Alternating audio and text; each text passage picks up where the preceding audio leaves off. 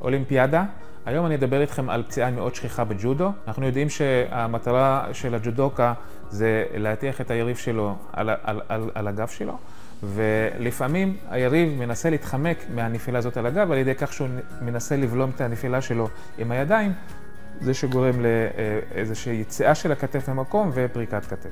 בדרך כלל הטיפול בפריקת כתף זה, אם אפשרי בזמן האירוע או סמוך לאירוע, לנסות לעשות שחזור של הפריקה, על ידי כך שאנחנו עושים תנועות מסוימות כדי להחזיר את המפרק למקום, ואחר כך אנחנו נזדקק לעשות כמה בדיקות כמו צילום או בדיקות הדמיה אחרות, כדי להבין במה מדובר באיזה פציעה מדובר ולטפל בהתאם. צריך להגיד שהשחזור או ההחזרה של הכתף למקום צריכה להתבצע על ידי גורם רפואי מוסמך שיודע לעשות את הפעולה, וכמובן בלי נזקים.